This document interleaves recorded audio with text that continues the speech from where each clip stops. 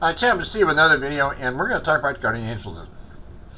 And wouldn't it be nice if we can actually Skype with them or do FaceTime with them and we can talk to each other and, see each other and have these conversations, whatever. But all of us know that's not going to happen. It's just not that way. But they do communicate with you in other ways. And I'm going to go ahead and kind of tell you my story a little bit and how all this kind of unfolded for me. And I think I kind of mentioned it in the beginning as far as, when I first started doing the videos. I never thought, and I kid you not, in a million years I would become a chaplain.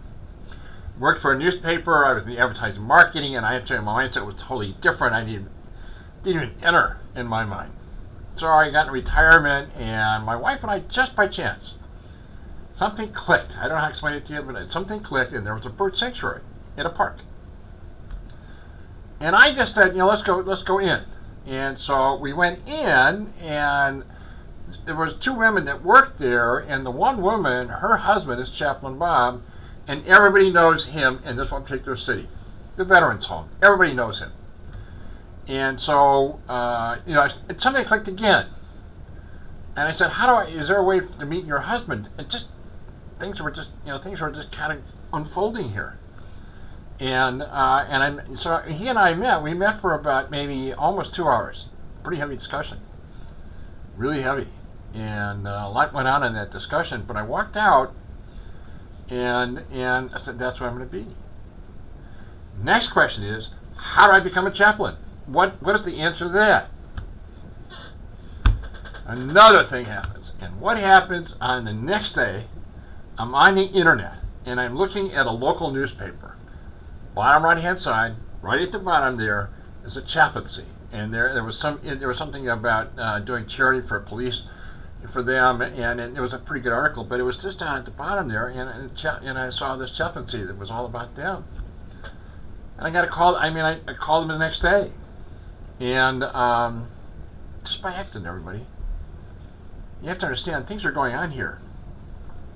And so I called the next day, and I get set up, and I start in spring, and I get several months, and then another 2 months before you get ordained. You go through quite a bit of training, and there's a lot going on, and Bible study, all kinds of things that go on there, and became a chaplain. Things started to happen after that. I kind of relayed some of the experiences that I've had in previous videos, but things kind of, like vision, things. It didn't happen right away, everybody. It didn't happen. But let me kind of go further about, how they communicate with you in ways that you just don't, it passes you by. And what I mean is, like here I am on the internet, the bottom right-hand corner, there's that article. Just in my mind, that's right down there. You could be on the radio, and I had one instance where I was really, really taken by some issue that I had, and sure enough, on the radio. They talk about this issue that I'm really thinking about. Or you're in a discussion with people, and and you've got some things you're going through, and guess what they're talking about?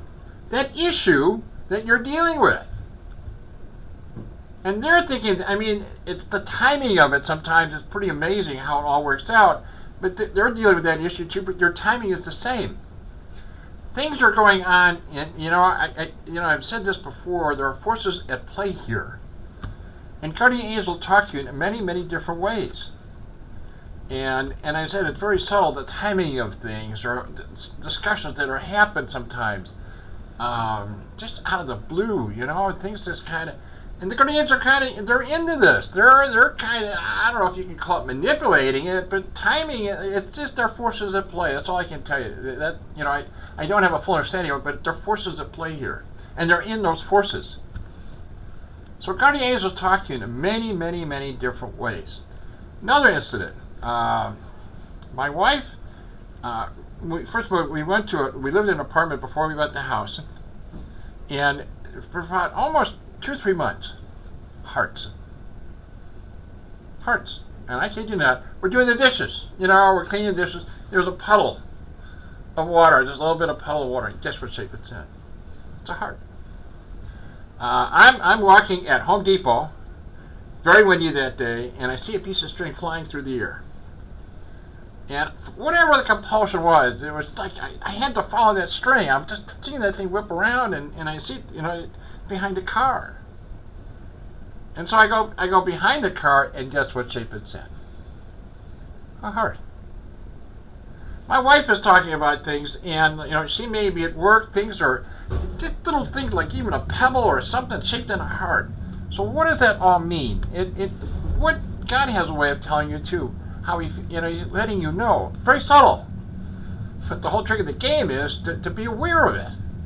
And it was just, when they were starting these hearts, it was just like a lot. For a couple months, it didn't happen very long, but it's why God telling you He loves you. And He tells us, and every individual, He lets you know what's going on. Your guardian angel let you know in a lot of different ways. And so I said, wouldn't it be nice if we can do FaceTime, we can do Skype, and we can talk to each other. It does work that way, but they do communicate with you. Timing, I said there are just forces at play, and they're a part of those forces at play. Just interesting, everybody. And guardian angels, we all have them. Everyone. We may have two. We may have women, we may have men, and we have guardian angels that watch out for us. In some cases, there could be a relative at times. More of that story that meets the eye, but most of the time, guardian angels are assigned to one person. And I had talked about this before.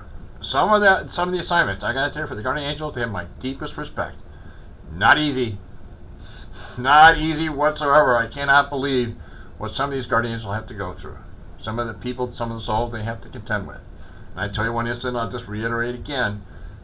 Just one person didn't want to do it with God, didn't want to do it with angels, didn't want just want to be left alone, and just carrying on, screaming, all kinds of stuff. And what does the guardian angel said to him? I think we need to discuss your behavior.